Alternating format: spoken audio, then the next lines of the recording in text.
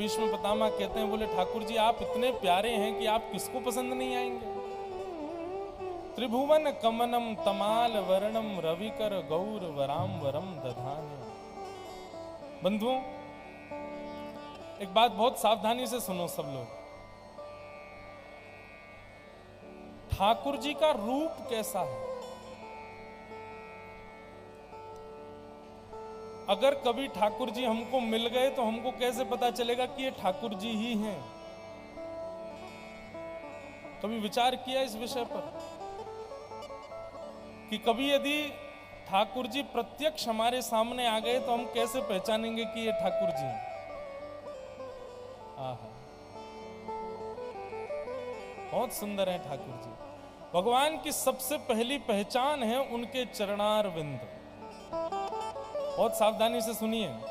अगर कभी किसी को ठाकुर जी मिल गए तो यह बात तो निश्चित है कि ठाकुर जी रूप बदल करके मिलेंगे।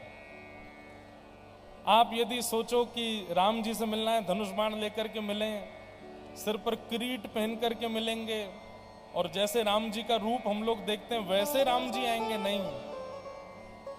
वैसे तो कितने मानव घूमते रहते हैं ठाकुर जी का रूप धारण करके। रूप तो कोई भी धारण कर सकता है, लेकिन कभी ठाकुर जी से पहचान करनी हो तो कैसे करेंगे? तो हमारे शास्त्र क्या करते हैं कि भगवान की सबसे बड़ी पहचान छुपी है उनके श्री चरणों में। ठाकुर जी के चरणों से पहचान होती है कि ये ठाकुर जी। चरणों में ऐसा क्या है? आहा, संचिन्तयेत् भगवतश्चरणारविन्दम् वज्रांकुशध्वज सरोरुहलांचनाट्यम् उत्तुंग रक्त विलसन्नख चक्रवाल ज्योत्स्नाभिराहत महद हृदयांधकारम्। भगवान के चरणों के दर्शन से आप पहचान सकते हो कि ठाकुर जी। सबसे पहली बात, चरणों की पहचान क्या है? ठाकुर जी के चरण कैसे होंगे? कमल की आकृति में होंगे। जैसे कमल की आकृति होती है आगे से और पीछे से, ठीक वैसे ही होंगे। ठाकुर जी के चरण इतने प्यारे होंगे कि उनको देखकर के मन होगा कि एक बार इनको स्पर्श करना। ठाकुर जी के चरणों के नख हमारे नख जैसे नहीं होंगे। ऐसा लगेगा कि मानो सूर्य चंद्र को भी लज्जित करने वाला प्रकाश इन नखों से प्रकट हो रहा है। ठाकुर जी जब चरण रख करके आगे बढ़ेंगे ना, तो जिस क्षेत्र, जिस स्थान पर ठाकुर जी चरण रखे होंगे, वहां से जब चरण उठाएंगे तो वो स्थान इतना आकर्षक हो जाएगा कि आप ना चाहते हुए भी वहां से अपनी दृष्टि हटा नहीं पाओगे। ठाकुर जी के चरणों की पहचान। और भगवान जब चलते हैं ना, तो ये कृपा हो जाएगी कि ठाकुर जी बिना पादुका में ही चलते हैं, ज्यादातर बिना पादुका के रहते हैं।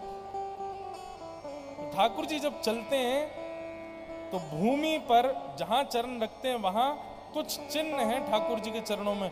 उस चिन्हों को अंकित करते हुए ठाकुर जी चलते हैं। और एक सबसे बड़ी पहचान, ठाकुर जी जहां चरण रख के आगे बढ़ जाते हैं, वो स्थान यदि आप सूंघेंगे तो वहां चंदन की सुगंधी आएगी। सुंदर।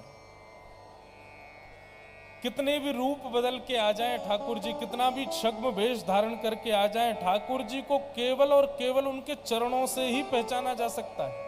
आप रूप से नहीं पहचान पाओगे। किसी का रूप सुंदर है तो आप उस रूप पर आकर्षित हो जाते हो। मन होता है कि हमारी पलक ना झपके, हम इनको देखते रहें। लेकिन ठाकुर जी सामने आ गए और गलती से आपने उनके चरण देख लिए तो चरणों से दृष्टि हटा नहीं पाओगे। इतने सुंदर हैं ठाकुर जी के चरण। अच्छा, हम अपनी कथा में एक बात कहते हैं, आप लोग चाहें तो अपने घर पर कर सकते हैं इस क्रिया को। आपके जैसे अभी पन्ना में जुगल किशोर जी विराजते हैं, ओरछा में राम राजा सरकार विराजते हैं। आप लोग जहां जहां से भी आए हो वहां ठाकुर जी के सुंदर मंदिर हैं, वहां एक क्रिया करके देखिएगा। 10-15 दिन तक आप नित्य मंदिर जाइएगा और मंदिर जाकर के प्रयास करना ठाकुर जी का मुख मत देखना, केवल चरण देखना। ठाकुर जी के केवल चरण देखना।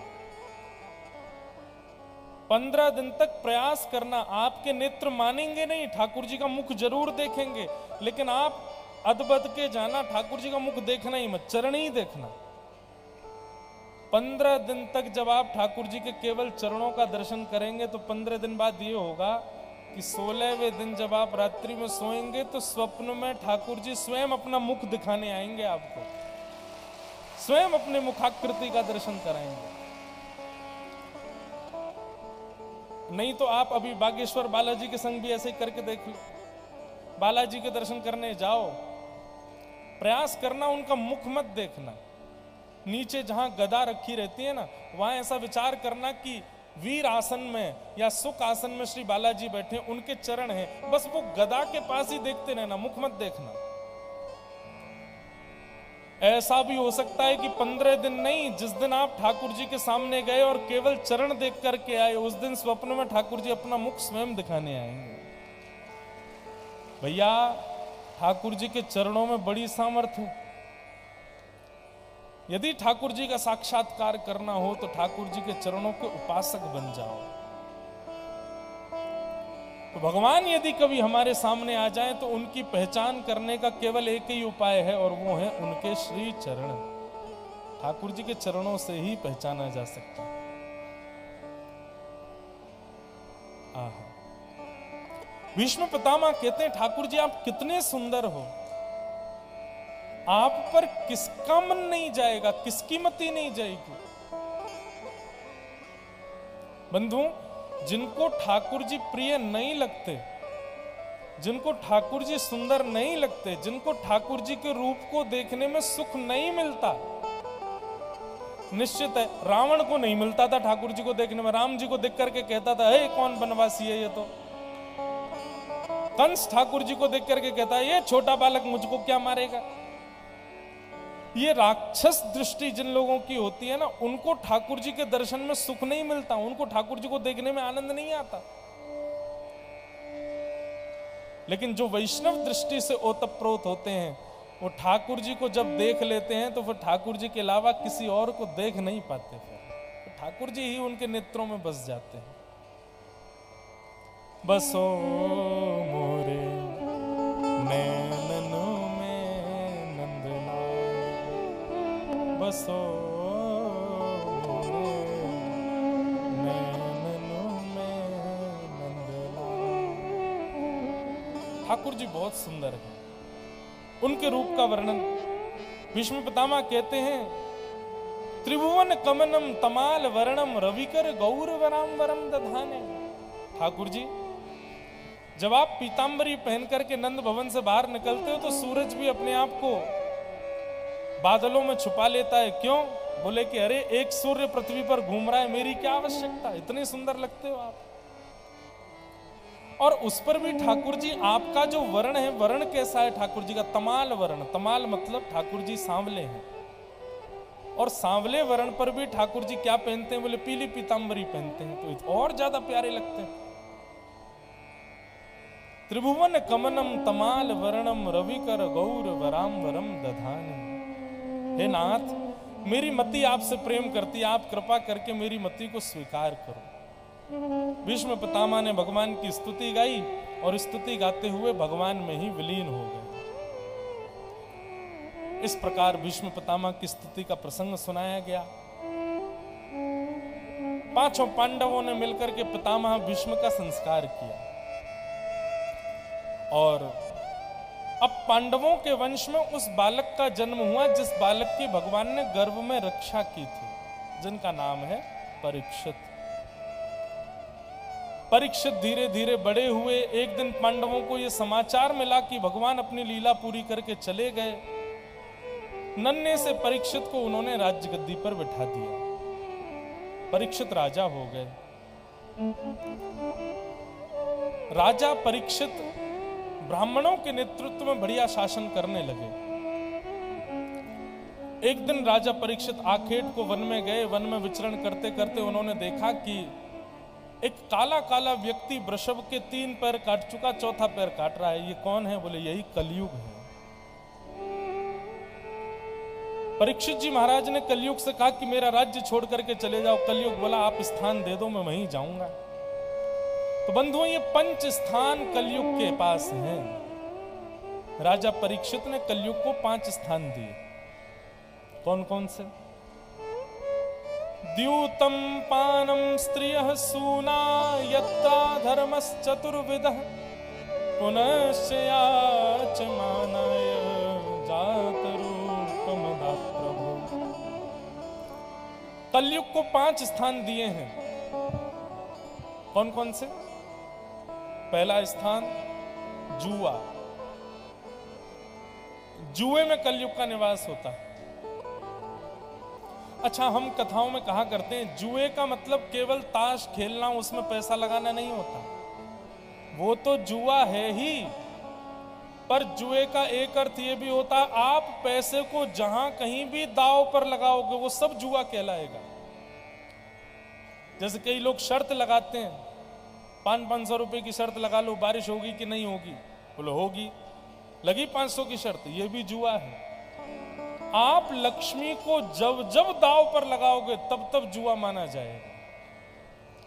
लक्ष्मी को कभी दांव पर मत लगाइए। लक्ष्मी साक्षात हमारी मां है, मां को कोई दांव पर लगाता है? लक्ष्मी नारायण की पत्नी है, और नारायण की पत्नी को यदि दांव पर लगाओगे तो नारायण तुमको छोड़ेंगे? कभी नहीं छोड़ सकते।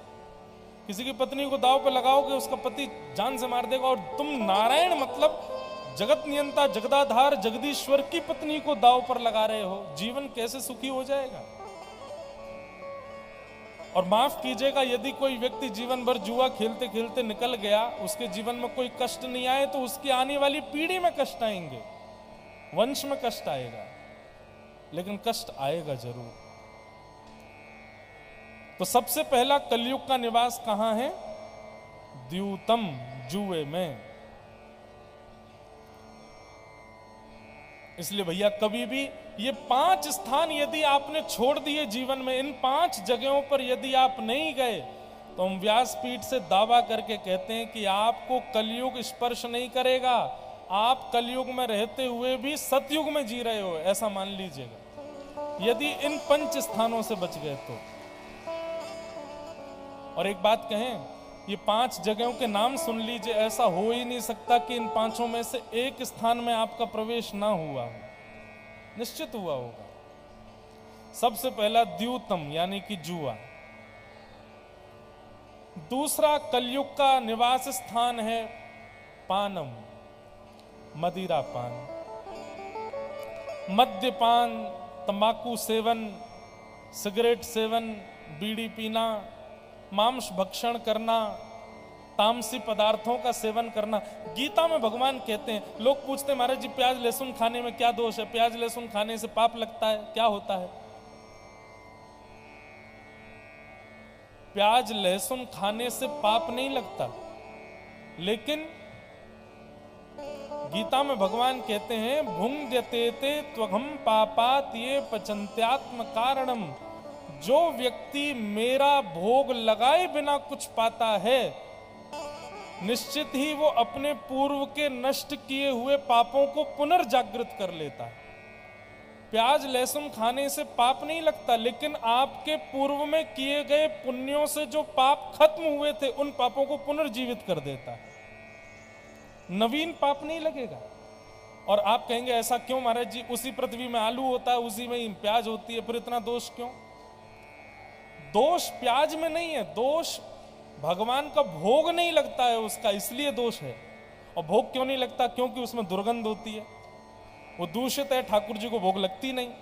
और ठाकुर जी का भोग लगे नहीं हो हम पाएंगे तो निश्चित है कि हमारे पाप पुनर्जागृत होंगे, इसलिए प्याज खाने को मना कहा गया। अब मान लीजिए आपने हर की पौड़ी में स्नान किया, गंगा जी में स्नान किया, खूब कथाएं सुनी, यज्ञ किए, आपके सारे पाप धीरे धीरे कम हो गए, लेकिन फिर आपने वो वस्तु पाना प्रारंभ कर दिया जो ठाकुर जी को भोग नहीं लगती है, तो निश्चित है कि आपके पाप जो नष्ट हुए हैं वो पुनर्जागृत हो जाएंगे। इसलिए वैष्णव को चाहिए कि समस्त वो वस्तुएं स्वीकार करे जो ठाकुर जी को भोग लग सकती है। उसी का ही सेवन। महाराज जी दरबार लगाते हैं तो सुना है महाराज जी कहते हैं नियम का पालन करना पड़ेगा, तभी आपका वो जो भी है वो काम बनेगा। प्याज लहसुन खाना नहीं है, मांस मदिरा खानी नहीं। क्यों? ठाकुर जी को भोग अर्पण करके जब आप स्वीकार करेंगे तभी आपके दोष निवृत्त होंगे, दोष नष्ट होंगे। इसलिए यदि खाते हैं आप, दोष नहीं है उसमें, लेकिन हाँ इतना दोष जरूर है कि पूर्व के जो आपके पाप हैं जिनको आप नष्ट कर चुके हो वो पुनर्जागृत हो जाएंगे, वो फिर से बढ़ने लगेंगे। इसलिए भैया, अच्छा हम ज्यादा जोर दे रहे हैं प्याज लहसुन और इन सब पर, लेकिन इससे भी ज्यादा बुरा क्या है? इससे भी ज्यादा बुरा है मदिरा सेवन, इससे भी ज्यादा बुरा है तंबाकू सेवन, इससे भी ज्यादा बुरा है बीड़ी सिगरेट का सेवन। 3 इंच की होती है सिगरेट, कितनी? 3 इंच की, और हमारा शरीर होता है 3 मन का। 3 मन के शरीर को 3 इंच की सिगरेट चिता पे लिटा देती है। बताओ कौन बलवान ज्यादा हो? 3 इंच की सिगरेट बलवान है। 2 इंच का पाउच होता है तंबाकू का, नित्य खाने वाले व्यक्ति को चिता पर लिटा देता है। बताओ 70 किलो का आदमी बलवान है कि वो 2 ग्राम का पाउच? 2 ग्राम का पाउच। आपने कभी तंबाकू की खेती देखी? हाथ ऊपर करो जिसने तंबाकू की खेती देखी हो।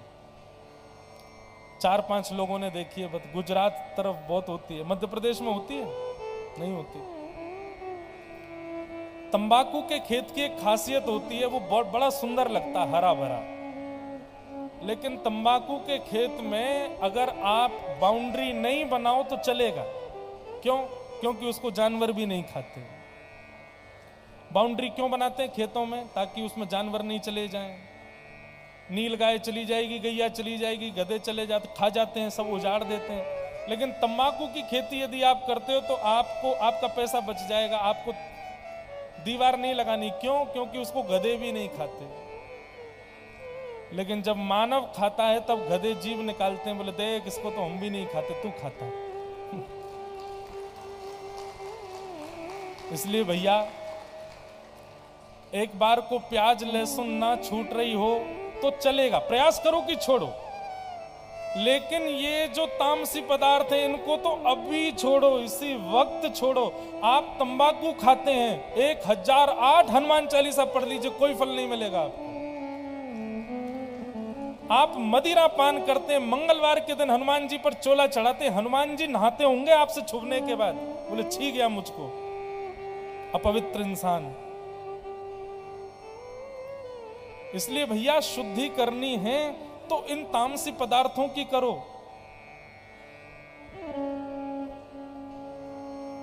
ठाकुर जी की प्रसादी का पान खा सकते हो, मुख शुद्धि ले सकते हो, लेकिन तंबाकू नहीं, बीड़ी नहीं, सिगरेट नहीं, मदिरा नहीं। आजकल तो लोग कैसे कैसे नशे करते हैं। दिल्ली, बंबई आदि शहरों में, मेट्रोपॉलिटन सिटीज में सफेद सफेद पाउडर, उसको नाक से सूंघ लेते हैं लोग। नए नए तरीके के तंबाकू खाते हैं। कई लोग पूरा मुंह भर के खाते हैं, कई लोग ऐसे दबा के उसको जीभ के नीचे दबा के खाते हैं। एक और है, वो कई लोगों को हमने देखा है, वो तंबाकू का ही मंजन करते हैं, तंबाकू का ही मंजन करते हैं। कैसे कैसे नशीले पदार्थों को जीवन में लाते। अच्छा एक और बात, कई लोग कहते हैं महाराज जी छूट नहीं पा रहा हमसे। कितनी बड़ी विडंबना। पति के लिए पत्नी अपने कई स्वभाव को छोड़ देती है, पत्नी के लिए पति स्वभाव को छोड़ देता है, बच्चों के लिए माता पिता बदल जाते हैं, माताओं के लिए बच्चे बदल जाते हैं। लेकिन ठाकुर जी के स्वभाव, व्यवहार और धर्म के लिए हम इन दूषित पदार्थों को नहीं छोड़ सकते। माफ कीजिएगा, एक बात, मेरी बात सुनिए। यदि आप इन दूषित पदार्थों को छोड़ नहीं पाते हैं तो कथा में मत आया कीजिए। जब इतना सा त्याग आपके जीवन में नहीं है तो फिर क्या करेंगे आप? इतना अपनी जीव पर आपको कंट्रोल नहीं है कि हम इस चीज को छोड़ दें, क्या करेंगे फिर? वास्तविकता में बंधुओं, घर छोड़ देना, परिवार छोड़ देना, व्यापार छोड़ देना, ये त्याग नहीं है। अपनी बुरी आदतों को छोड़ देना, यह सबसे बड़ा त्याग है। यहां पर एकादशी का व्रत कितने लोग करते हैं? हाथ ऊपर करो। और मंगलवार का व्रत कितने लोग करते हैं?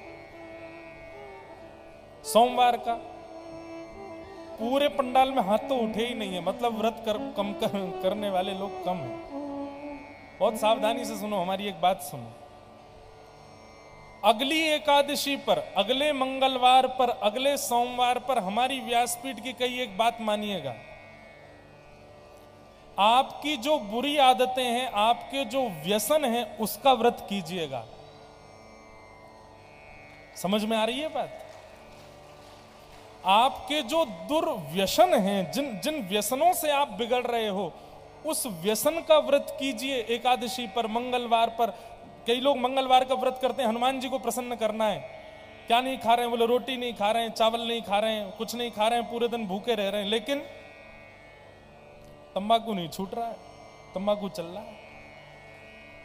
मदिरा नहीं छूट रही है, वो तो चली रही है। अच्छा, केवल मेरा अभिप्राय केवल प्याज लहसुन इन सब से नहीं है।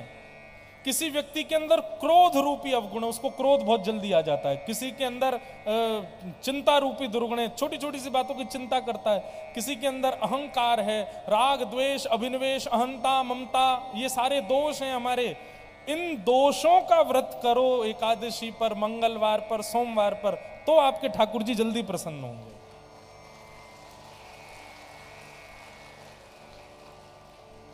यहीं से ही प्रयास करो कि आपका तंबाकू नहीं छूट रहा, ठीक है, मंगलवार छोड़ के देखो, फिर मंगलवार से सोमवार छोड़ के देखो, फिर सोमवार मंगलवार बुधवार 4 दिन खाऊंगा, 3 दिन नहीं खाऊंगा, फिर 4 दिन नहीं खाऊंगा, 3 दिन खाऊंगा, 5 दिन। अरे 5 तक पहुंचते पहुंचते तो हो जाएगा, फेंक आओगे नाली में, अब खाना ही नहीं है, छूट गया अब हमसे।